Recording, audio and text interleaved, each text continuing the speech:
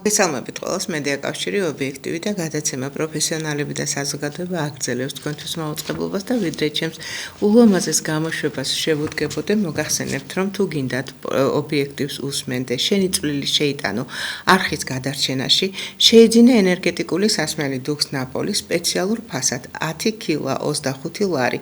ადგილზე მიტანა კი უფასოა. დუქს ნაპოლი გახლავთ ყველაზე ხარისხიანი ენერგეტიკული სასმელი საქართველოსა და მის ფარგლებს გარეთ. თითოეული შეკვეთიდან გარკვეული თანხა ჩაერიცხება ობიექტივის გადარჩენის ფონდში. დიდი მადლობა ყველას, ვინც რიცხავთ ობიექტივის ფონდში აი ამ თანხას. რაც შეეხება ჩემს დღევანდელ გამოშვებას, რა თქმა უნდა შეეხება სრულად შემოქმედე ხელოვნებასა და კულტურას და მოგახსენებთ, რომ გუშინ გალერეაში Yard გალერეა შემოქმედებითი სახელოსნო Art Maris შემოქმედებითმა ჯგუფმა მოაწყო ულამაზესი გამოფენა სახელწოდებით თბილი მზერა. ახალგაზრდებმა წარმოადგინეს ფერადი და მეტად საინტერესო ნამუშევრები. ახლა თქვენ მოისმენთ ორ ინტერვიუს ამ გამოფენიდან. განწყობა სიყვარული და სიტყვა მოდის თვალებიდან. ეს ყველაფერი ბავშვებში ძალიან კარგად ჩანს იმ ნამუშევრებში, რომელიც დღეს გამოფინეთ რეფერებით, იმიტომ ქვეყანა არის ძალიან ლამაზი და ამ ქვეყანაში მინდა ყველაფერი ლამაზი და კარგი დაინახო. მე ბედნიერი ვარ ჩემი ბავშვებით, აი იმ შემოქმედებით, რასაც ამდენი წლის განმავლობაში ვაკეთებ და ბედნიერი ვარ იმით, რომ ეს ადამიანები, ეს პატარები ისეთ ლამაზ ქვეყანაში ცხოვრობენ. მოგეფერებით და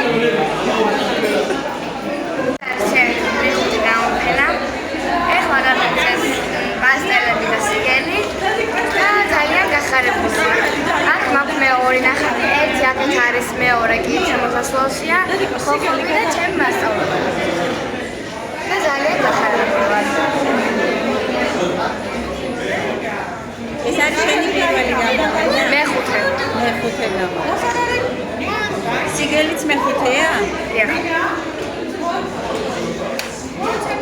ჩვენ რა თქმა უნდა წარმატებებს უსურვებთ სახელოსნოს აღსასრულებლებს და მარიამ ავდუჩელიშვილს. რაც შეეხება შემდეგ თემას საპატრიარქოსთან არსებული წმინდა ილია მართლის სახელობის სკოლაში მუდმივად იმართება ხოლმე საინტერესო ღონისძიებები და ერთ-ერთი ღონისძიების შესახებ სკოლის აღსასრულებელი ბარბარე მანთიძე მოგვითხრობს. ბარბარე, მოგესალმებით და დიდი მადლობა მინდა გადაგიხადო, რომ ჩვენთან ხართ დღეს. მოგესალმებით.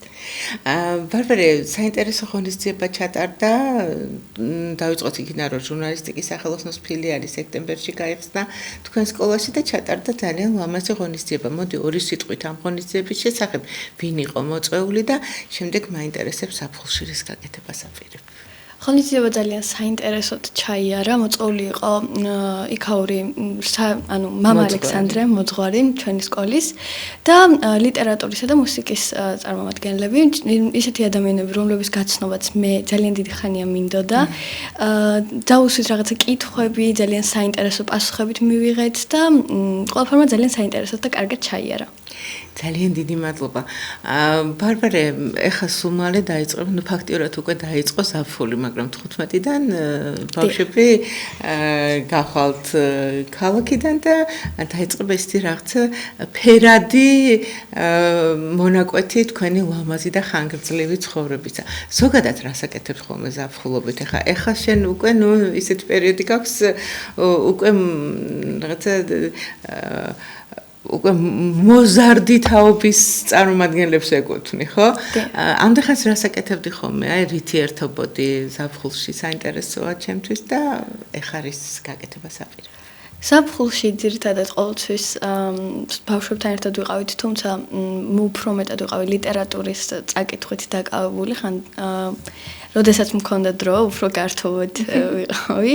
ეხლა ამ ზაფხულშიც მაინტერესებს ძალიან ბევრი რაღაცა, მინდა ამ წლის მასალაც კარგად გავიარო, ასე ვთქვათ, და სხვადასხვა ლიტერატურის ნაწარმოები მინდა რომ წავიკითხო ასევე. ბაბი, რამდენად მნიშვნელოვანია აი წიგნის კითხვა ადრეულ ასაკში რომ დაიწყოს ადამიანმა? ძალიან მნიშვნელოვანია. წიგნების კითხვა და იმიტომ გეკითხე. ჩემი აზრით ძალიან მნიშვნელოვანია, რადგან ტვინი ვითარდება, სიტყვების მარაგი გვაქვს, უფრო პროფესიონალები ხდებით, ასე ვთქვათ. ჩემი აზრით, ყველამ უნდა წაიკითხოს ეს წიგნები, რადგან ისევ მათთვისაა უკეთესი და გაეცნობიან ჩვენ საქართველოს ისტორიას და ზოგადად ისტორიას. გარდა იმისა, რომ ტვინის განვითარებას და უჯრედების გამოღვიძებას უწყობს ხელს, აი ვიზუალიზაციას უწყობს თუ არა ხელს, ანუ რაღაცას ვკითხულობ, ხედავ თუ არა და გინდება თუ არა ნახატვა. ჩემი აზრით, სწორედ ესაა წიგნის წაკითხვის ხიბლი. შენი წარმოიდგენ ხოლმე ამ ყველაფერს, სადაც კითხულობ და შემდეგ მაგალითად, ანუ გინდება, რომ ეს რაც წარმოიდგინე, ეს ყველაფერი აღბეჭდო შენთვის და ხატავა მის შემდეგაც. და აი მუსიკას რა მნიშვნელობა აქვს? აი იგივე კლასიკურ მუსიკას, ქართულ ფოლკლორს რა მნიშვნელობა აქვს ბავშვისთვის?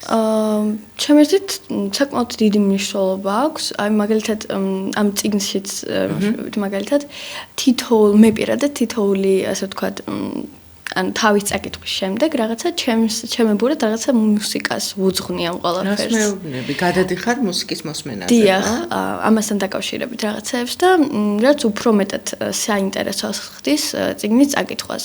ზოგი ბავშვისთვის მაგალითად წიგნი არ უყვართ და რაღაცა და თუ მუსიკასთან ერთად შემდეგ დახევწას ერთად წაიკითხავენ წიგნს და ასე ჩაუღმავდებიან, დიახ, შედარებით უფრო საინტერესო გახდებათ მათთვის. ესე იგი ძალიან საინტერესო რაღაცას შეეხო ბარბარე ამ წუთას, როდესაც ბრძანა რომ წიგნის ლიტერატურის, მუსიკისა და მხატვრობის სინთეზი უფრო ანვითარებს ადამიანის გონებას, ვიდრე დაუშვათ ცალ-ცალკე აღებული და როგორც მივხვდი, უფრო საინტერესოს ხდის, ხო? აი რა საქმეში მივხვდი შენ ამას? 11 წლის, ანუ თავიდან უფრო საბავშვო რაღაცებს კითხულობდი და 11 წლის ასაკში დავინტერესდი უფრო ასე ვთქვათ დიდური წიგნებით და სწორედ მაშინვე მივხვდი, როდესაც უფრო ბევრი წიგნი წავიკითხე.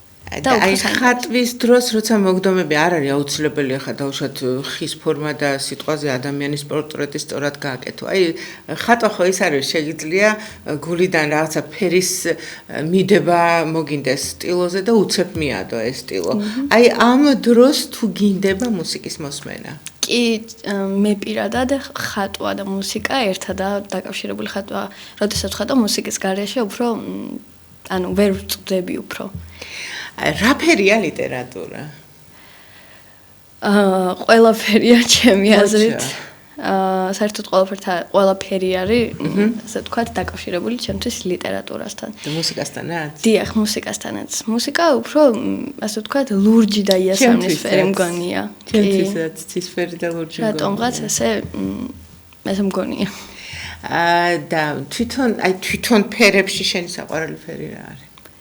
მე ასე გამორჩეული ფერი არ მაქვს, უფრო მუქი ფერები მიყვარს მე. წითელი მიყვარს, ძალიან მუქი წითელი. დიახ. კვასაფერები, ხო, იმპრესიონისტების. იასამნისფერიც ძალიან მიყვარს, ვარდისფერიც მიყვარს. მოკლედ, ბევრი საერთოდ ყველაფერი მიყვარს მე. ასე გამორჩეული არ მაქვს. და აი მეგობრებთან რაზე საუბრობთ ხოლმე და ძალიან რაღაცა 4 წუთი მრჩება. მეგობრებთან რაზე საუბრობთ? აი მაგალითად წიგნს რო წავიკითხავთ რაღაცას, ან ფილმს რო ვუყურებთ, უფრო წიგნზე. ამ ყველაფერს ვარჩევთ ერთად და ფილმიც კარგია, ფილმის ყურებაც ძალიან საინტერესოა. კი, მაგრამ ანუ ზოგადად ჩვენ ესე ვშევით, ჯერ წიგნს ვკითხულობთ, შემდეგ წარმოვიდგენთ იმ ყველაფერს ვარჩევთ ჩვენში და შემდეგ ფილმს ვუყურებთ. ამ წიგნთან დაკავშირებით. ოჩახ, ჯერ ნაწარმოებს კითხულობ და მერე გადადიხარ ფილმზე, ხო? არაჩვეულებრივი გზაა ეგ განვითარებისთვის. ჯერ ფილმი და მერე წიგნი არ არის ეს სწორი მიდგომა. ძალიან დიდი მადლობა ბარბარე. აი ესეთი არაჩვეულებრივი თაობა გვესდება და მადლობა მინდა გადაუხადო ბარბარეს მშობლებს და თითოეული მისი მეგობრის და ზოგადად ყველა ბავშვის მშობელს რომ აი ესე წიგნებიც უყვართ, ფილმებიც უყვართ, ერთად რო იკრიბებიან, არჩევენ ამ ყველაფერს და შემდგომ შეიძლება მოგინდეს კიდეც ფილმის გადაღება ამ დროს, ხო? კი, ისე ხათაშორ შენ წერ ძალიან კარგად. ბარბარე ძალიან ლამაზად წერს და მე დამოვიწყდა შენთვის მეთხოვა რომ მოგეტანა. მე აუცილებლად მოიტანე. თუ რაიმე მონაკვეთი გახსოვს, წაგვიკითხე თუ ესე ზეპირად არ მახსოვს. მე ზოგადად საკმაოდ იშვიათად წერ რაღაცა. მაგრამ ლამაზად. დიახ, აი მაგალითად ჩემს ცხოვრებაში რა ხდება, ან სხვის, აი ჩემი მეგობრები როდესაც მიყვები, ან რაიმე ფილმს რო ვუყურებ, იმ ნაგვარს ვქმნი და შემდეგ მაგას ვწერ. მაგრამ ესე ხშირად ძალიან არის, როდესაც დრო მაქვს. არ არის აუცილებელი ხშირად. თავარი ხარისხიანად წერ და მე რაც წაკითხული მაქვს შენი ძალიან სიღრმისეულია და ისე ფილოსოფიურ დონეზე ბარბარეს ასაკს როგორც შეეფერება აი იმის ფილოსოფიურ დონეზე წერს და ძალიან ლამაზი ნაწერები აქვს. შემდეგ მოსვლაზე აუცილებლად წამოიღე შენი ნამუშევრები. ძალიან დიდი მადლობა, გისურვებ ლამაზ ზაფხულს და ჩამოდისთ ენერგიით და ყოველთვის კარგ განწყობაზე ხარ და გააგრძელეთ შენ და შენმა მეგობრებმა ესეთი ლამაზი და ვაღი ცხოვრება და წიგნების კითხვა რა თქმა უნდა. დიდი მადლობა ბარბარე ნათიძე გახდათ, მანთიძე გახდათ ჩვენი სტუმარი. ეხლა თქვენ ნახავთ ბარბარე მახსენა ღონისძიება, რომელიც წმინდა ილია მართლის სახელობის იჯექი შენ ცოტა ხანი წმინდა ილია მართლის სახელობის სკოლაში საპატრიარქოსთან არსებულ წმინდა ილია მართლის სახელობის სკოლაში გაიმართა. ამ ღონისძიების ამსახველ კადრებს ახლა თქვენ იხილავთ და მე სწორედ ამ სკოლის არაჩვეულებრივი 3 პედაგოგის თანხლებით დაგიბრუნდებით. არ გადართოთ, სულ 5 წუთით გემშვიდობებით.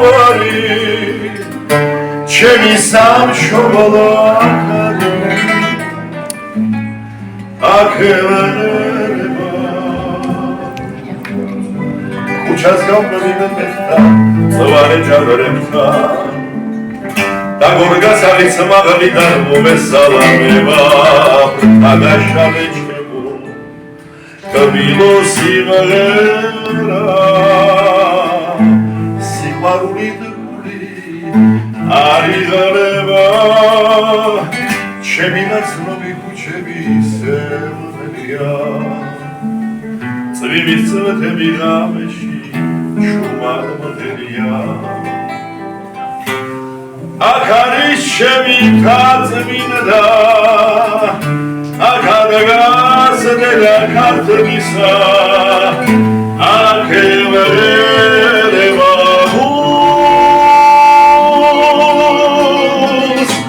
ჩემი წალამთარი ჩემი სამშობლო აქარი აკევერება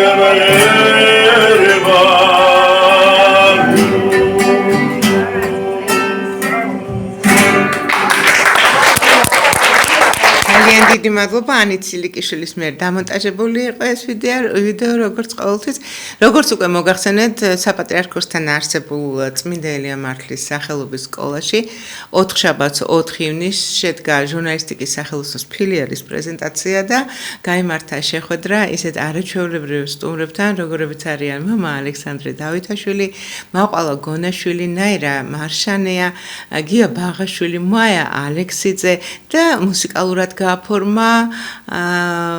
საღამო ჯაზის სოფლიო მნიშვნელობის მუსიკოსმა ოთარ მაღრაძემ ასევე იქ იყო აწლედის ზაქარია ფალიაშვილის სახელობის აწლედის მოსწავლე ევა დიღმელაშვილი და სკოლასთან არსებული ტრიო, რომელსაც ხელმძღვანელობს მარიამ მანაშვილი, თავის მოსწავლეებთან ერთად დაატკბო და გაალამაზა ეს ლამაზი საღამო. რაც შეეხება ჩემი გამოშვების მეორე ნაწილის სტუმრებს, ესენი არიან სწორედ წმინდა ელია მართლის სახელობის სკოლის პედაგოგები, ფილოლოგი ქალბატონი მარიამ მანაშვილი, მუსიკის მასწავლებელი ნონა ლაბაური და საფრთხოს ჯულის პედაგოგი ნათია პირტახია. მოგესალმებით და ძალიან დიდი მადლობა მინდა გადაგიხადოთ მობრძანებისთვის. მარიამ, მოდი თქვენით დავიწყოთ. თქვენ ბავშვებთან ერთად წარსდექით იმ საღამოს.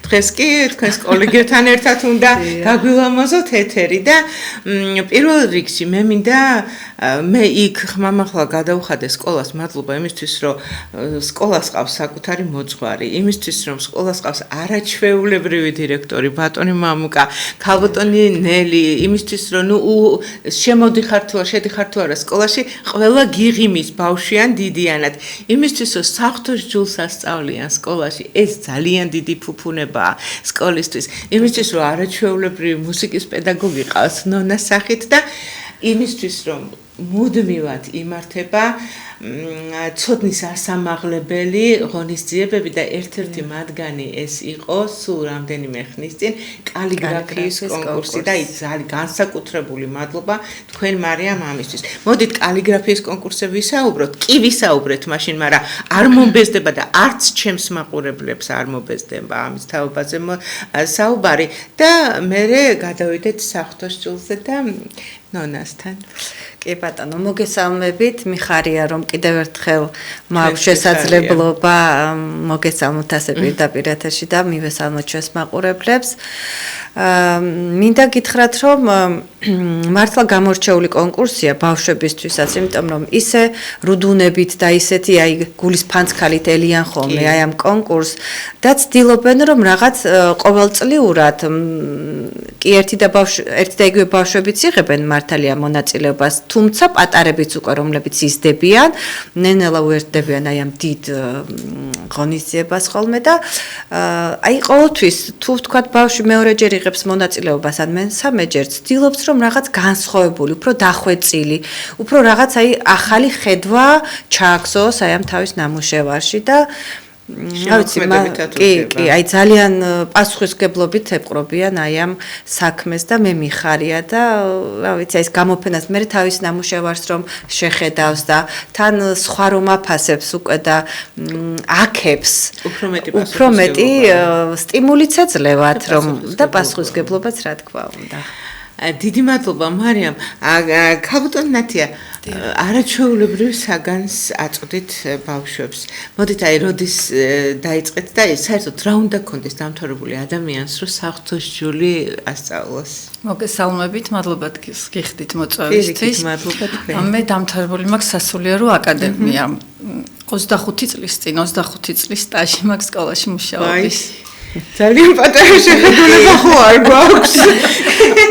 მადლობა. თავიდან ვასწავლედი სახელმწიფო სკოლაშიც, ადრე ისწავლებოდა, ასე რქვა, რელიგია და კულტურა. პარალელურად საპატრიარქო სკოლაშიც, კერძო სკოლაშიც ვასწავლედი, შემდგომ დავრჩი მარტო საპატრიარქო სკოლაში, იმიტომ რომ მოგეხსენება დღეს აღარ ისწავლება სახელმწიფო სკოლაში სამწუხაროდ. ბავშვებს ძალიან აინტერესებთ. ჩვენ ვასწავლით პირველიდან მე-12 კლასის ჩათვლით.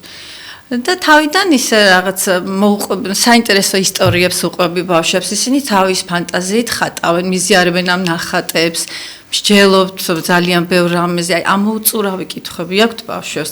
კიდევ უკითხო კლასგარეშე ლიტერატურას და რამდენჯერმე სპექტაკლიც კი დავდგით ჩვენ.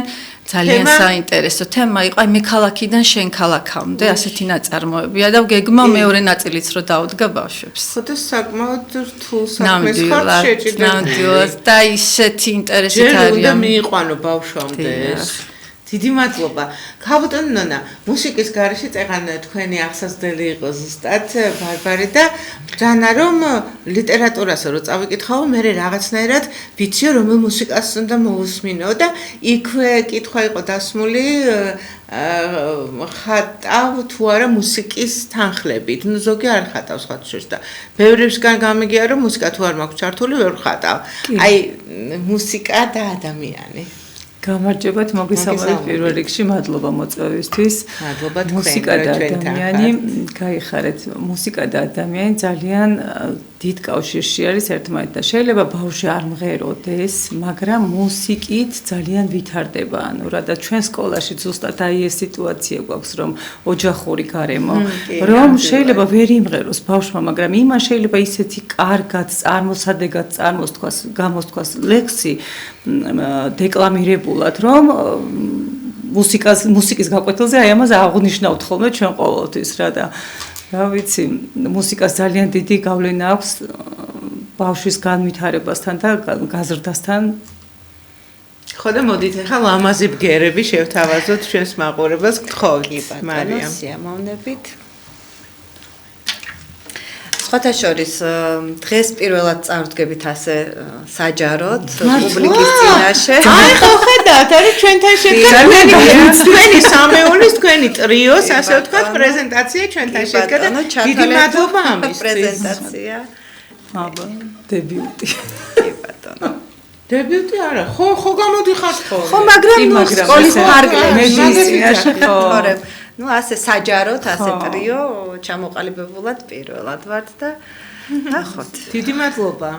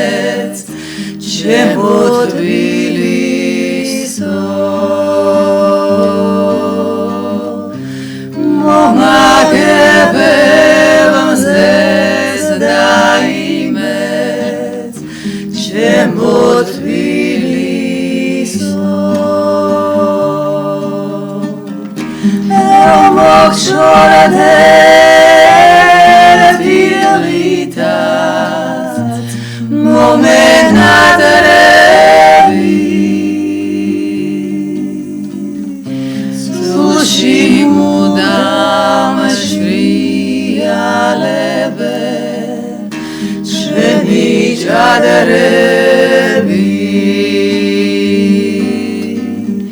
სულში მუდამ შრიალებენ ჩვენი ჭადრები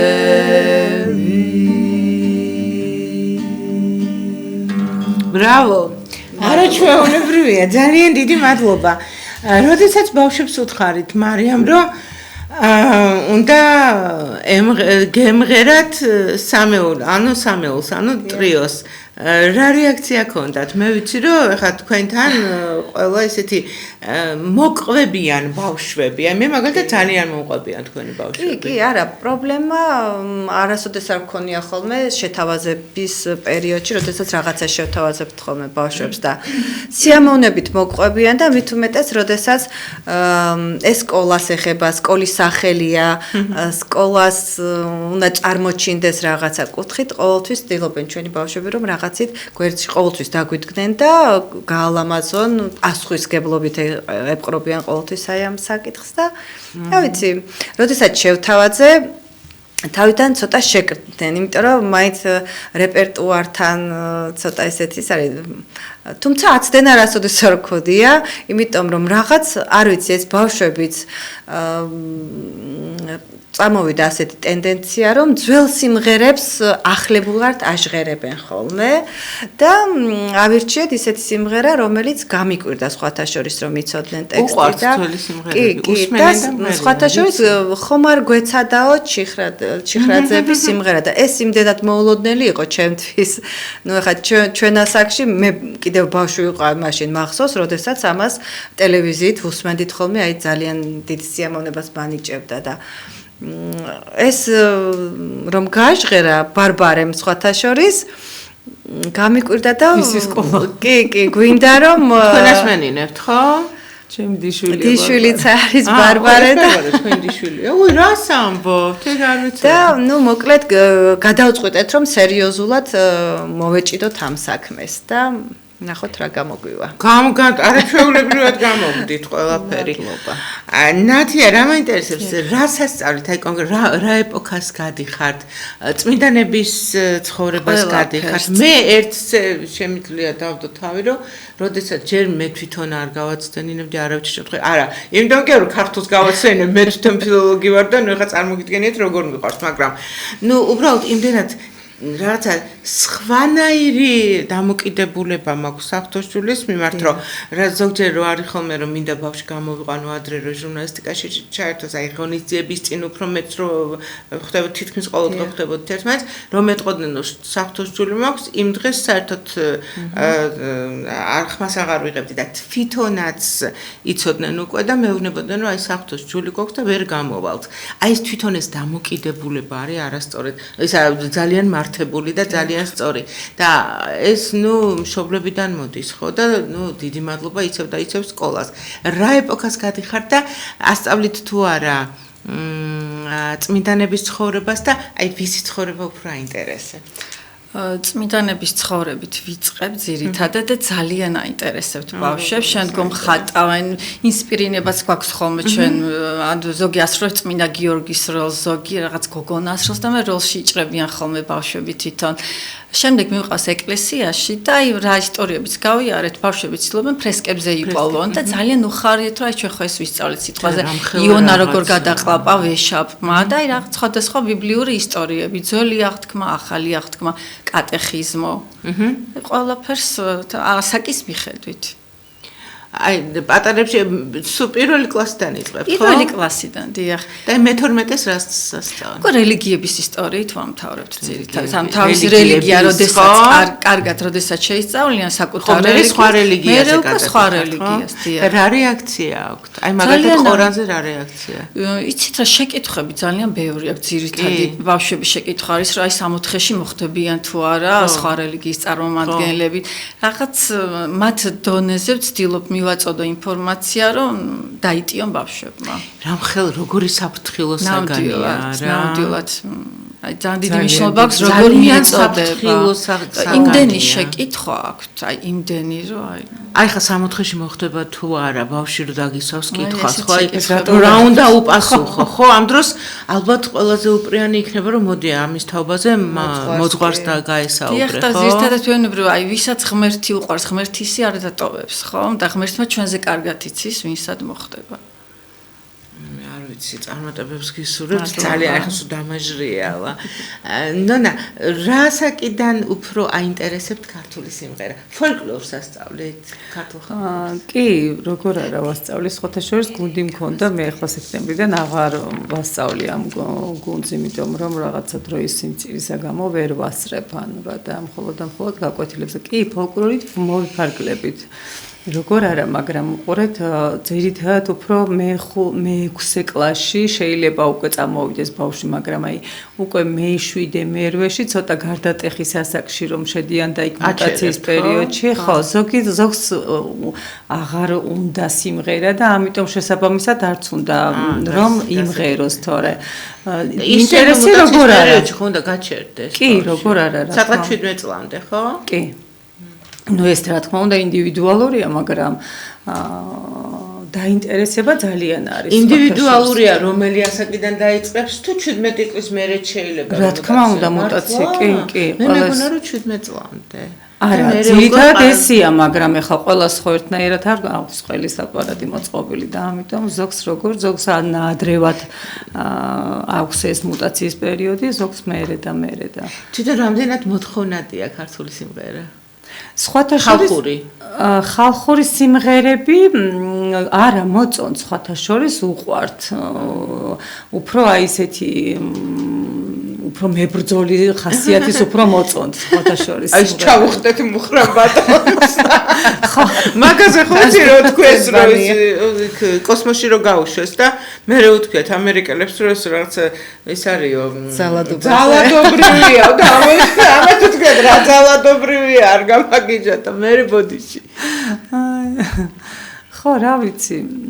აქვს სხვათა შორის დაინტერესება და შესაბამისად ვისაც აინტერესებს როგორ ვაკეთებთ ახლა უყურეთ გაკვეთილზე საგაკვეთილო პროცესში შეიძლება თეორიას არ შევეხოთ, მაგრამ ვიღაცას უნდოდეს სიმღერა, ვიღაცას უნდოდეს გიტარის დაკვრა, ვიღაცას ერთხელ პრაქტიკა ხო პირდაპირ და ახლა ზუსტად 2 დღის წინ ბავშვმა გეხვეწებიო გიტარასო ჩამოვიტანო და ვიმღერე. აუ რა სახალისო. ვაიმე ისე გემრიელად სიამოვნებით ნონას გაკვეთილე. ისე გემრიელად ვიმღერეთ.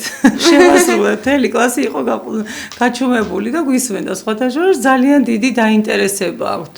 აი ზუსტად აი ამ მერვე კლასში გარდამავალში, ანუ რა ვეღარ რომ თავის ძიებაში რომ არიან. ძალიან ბედნიერება ხო და ეხა ეს თაობა რა თქმა უნდა მე თავის მომავალ თაობას აი ამ დიდ სიყვარულს გადასცემს ხო კი რა თქმა უნდა და მე-5 კლასში რა სიმღერაც ვასწავლე სხვათა შორის ის გამიხსენეს რომ აუ გახსოვთ თომასო ეს სიმღერა ის წახნაგას პოპური რომ ჩავუჭეს სხვათა შორის და ეხლა რომ ვიმღეროთო ჩვენ სხვათა შორის წამოვიდა ტენდენცია რომ ბიჭები ახლა თავის მოწონების მიზნით ცდილობენ რომ გიტარაზე დაკვრა შეისწავლონ სიმღერა რაღაც მოაწონონ ჩვენთან არის ყოველ შემთხვევაში ეს სიტუაცია იმიტომ რომ ჩვენი სკოლა მართლა ოაზისია აი მე რამდენიმე ხნის წინ ნელ-ნელა ჩავგორდი მანქანაში ჩავჯექი ჩემ корпуსთან და ოდნავ ნელ-ნელა ჩავგორდი რა ეხა ზოგადად სწრაფად მივდივარ ხოლმე რატომღაც იმ დღეს ნელა ჩავგორდი და გვერდით სადარბასოს და შუა დღისას 2:30 სპეციალურად დავხედე საათს და ხედავ რომ გიტარის თანხლებით 2 ბიჭი დგას და 3 ბიჭი დგას და რაღაცებს ჩოჩკოლობენ იქ და გავაჩერე რა თქმა უნდა მანქანა ხა მივხვდი რაშიც იყო საქმე და რომ გავუსწორდი ამათ ამ დროს იქიდან ნარნარა გოგონამ გააღო ფანჯარა ვაიმე იცი რა და მე ვარ და სტაში ვუკარი რა ხო და აი ამ რომანსის მაში მოწონთ ბიჭებს ძალიან და იწონებენ თავს ამით კი სხვათა შორის და ძალიან დაინტერესებულები არიან მით უმეტეს ზოგ შეიძლება ხმაც არ ქონდეს მაგრამ ის იმდენად მოდომები და გულით მღერის რომ იმას აღარ აინტერესებს ის როგორ შეასრულებს მაგას მართლა აღარ აქვს მნიშვნელობა მოდი ხე შეგისრულებთ სიმღერას აი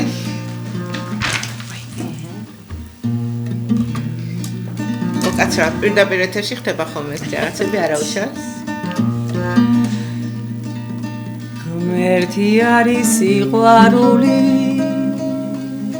ასე გამიგონია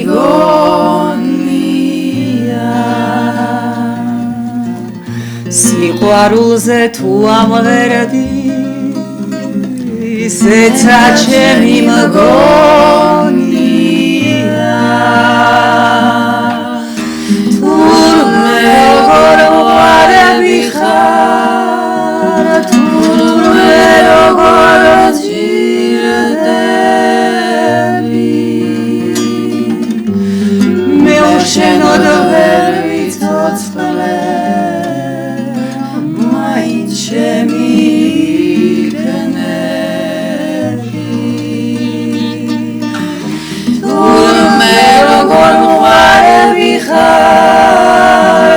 თურმე როგორ მაჭირდები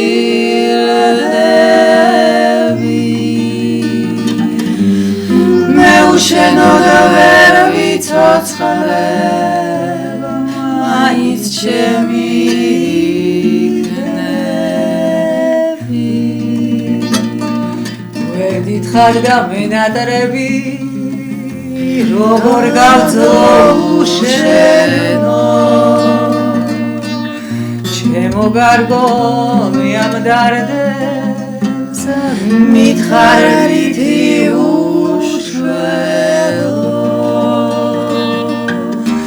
თურმე როგორ მოყვარები ხარ თურმე როგორ მაჭირდები მე უშენოდ ვერ ვიცოცხლებ მაინც ჩემი იქნები თურმე როგორ მოყვარები ხარ თურმე როგორ მაჭირდები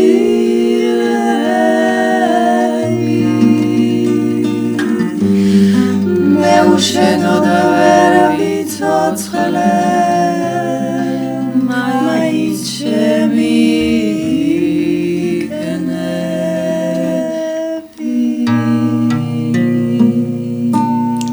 არ ვიცი, არაჩვეულებრივი შესრულება, ძალიან შეხმატკბილებული არის ეს ხმები თქვენი და ძალიან მიკვირს, რომ საზოგადოებამდე ამდენხანს არ იყავით მისულები. ეს არავის დანაშაული ეს თქვენი დანაშაულია სხვათა შორის.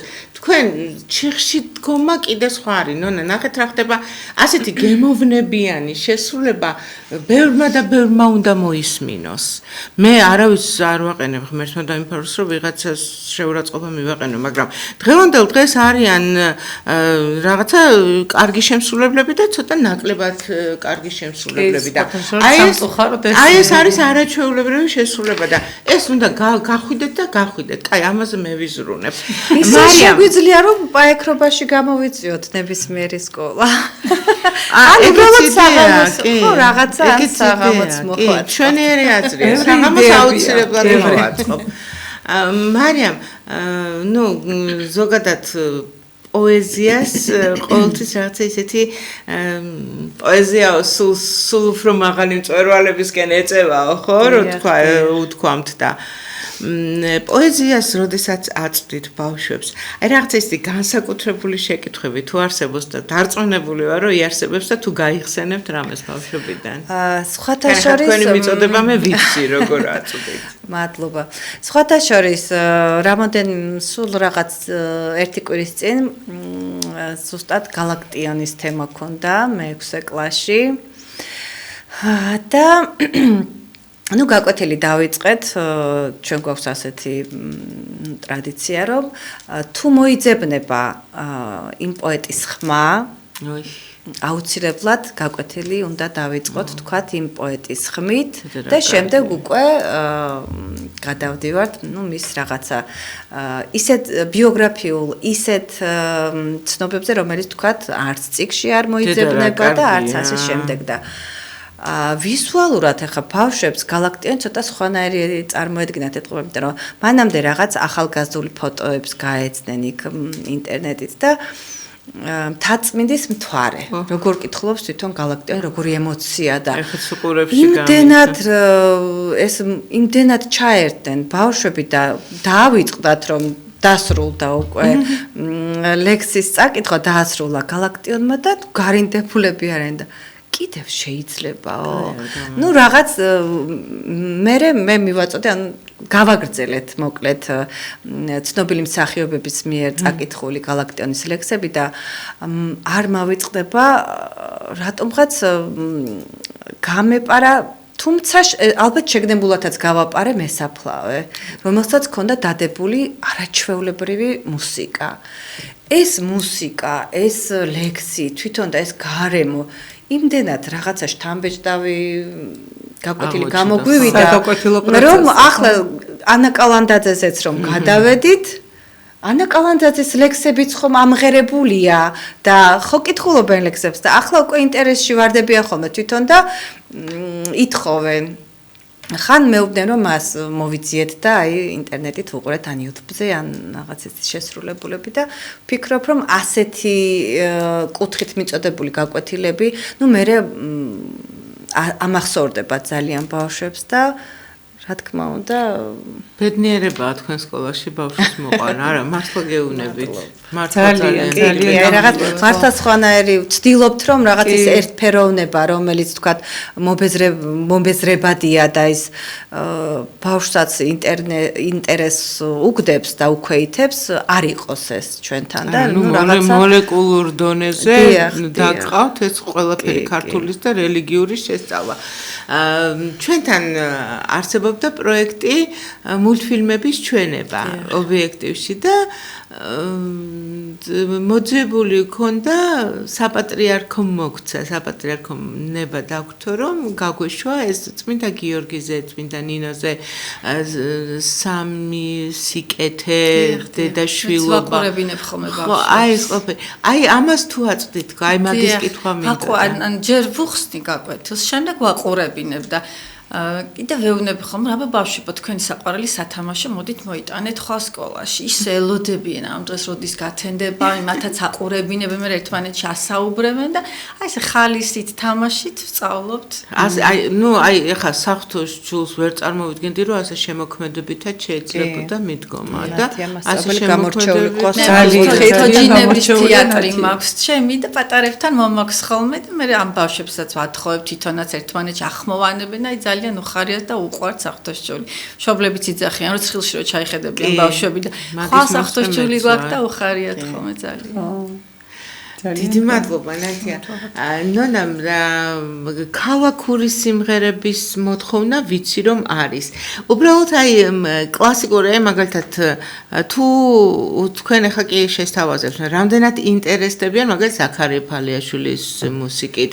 აქეთ რო წამოვიდეთ არჩილ კერესელიძეთი მაგალითად აი ქართველი კომპოზიტორები ძალიან უყვართ ხოთაშორის ყანჩელი რო უყვართ ყანჩელი ძალიან მოწონთ ბავშვებს და მოკლედ ძალიან სულ მოლოდინში არიან ხოლმე რა და სხვათა შორის ეხლა რომ გისმენდით გამახსენდა მე-8 კლასში იყო ეს კლასი თუ მე-9 კლასში 1-3 წლის წინ რა პანდემიის მერე და აუ თან ბიჭები იყვნენ ისეთ გარდატეხის ასაკში იყვნენ რომ გეხვეწები ამას აღარ მინდაო რა ეს გაკვეთილიო და გეხვეწები აბა მეუთხარი რაში დაგიწერო მეთქე ნიშანი თქო და ძალიან გთხოვ მეუთხარი რაც შეგიძლია მეთქე მიგიმღერებო არ მინდა მეუთხარი შენი სიმღერები და იმდენად სპეციფიური ხმა ქონდა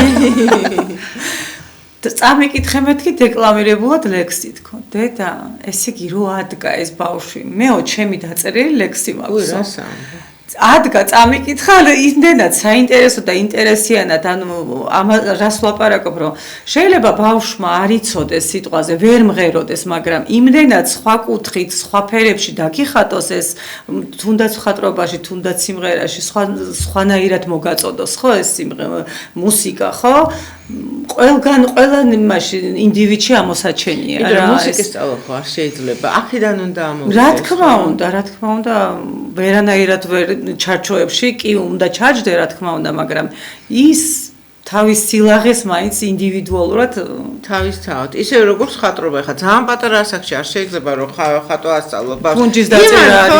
ხო, რა თქმა უნდა.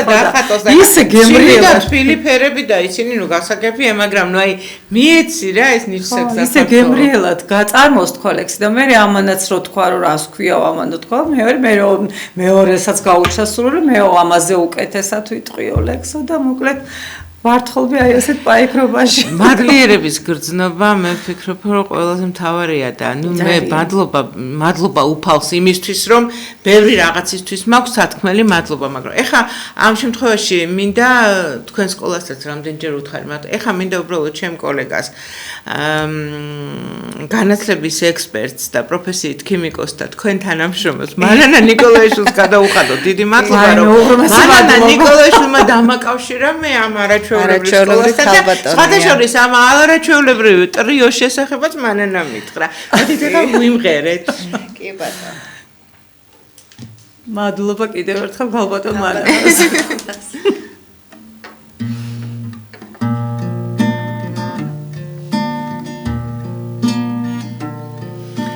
ჩადი მთვარე ჩადი მალე ჩადი მალე გენაცვალე ჩვენ ვნივართ ქვეყანაზე არ ჯდება მოთვალე ჩადი მთვარე ჩადი მალე არ ვჯირდება მოთვალე როცა თვალი თვალს შეცქერის დასია მიგვიძგერს გული სვანათელი ჩვენ არ გვინდა გავინადებს სიყვარული ჩადი მთვარე ჩადი მალე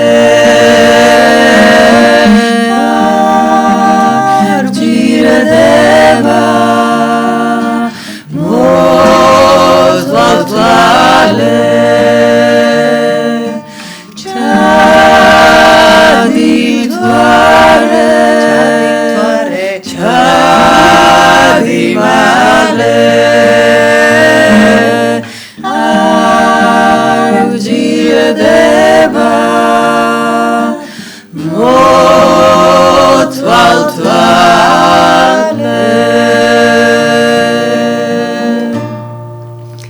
უღრმესი მადლობა. მადლობა თქვენ. ჩვენი გამოშვებისთვის განკუთვნილი დრო ამოიწურა და ესეთ ლამაზ ნოტაზე დაგემშვიდობებით. მარიამ მანაშვილი ქართული ენა ლიტერატურა, ნონა ლაბაური მუსიკა, ნათია პირტახია საფრთხეშული იყვნენ ასამი არაჩვეულებრივი ქალბატონი. ჩემი გამოშვების მეორე ნაწილის სტუმრები, რომლებიც არიან საპატრიარქოსთან ასოცირებული წმინდა ელია მართლის სახელობის სკოლის პედაგოგები. დიდი მადლობა. ბრძანებისთვის და გამოშვების გალამაზებისთვის. მე რა თქმა უნდა წარმატებებს გისურვებთ თქვენს აღსაზრდელებს და სრულიად თქვენს პედკოლექტივს. დიდი მადლობა ყველას, ვინც გვიყურეთ და გვისმინეთ. მე მომავალ პარასკევამდე გემშვიდობებით. ნახვამდის.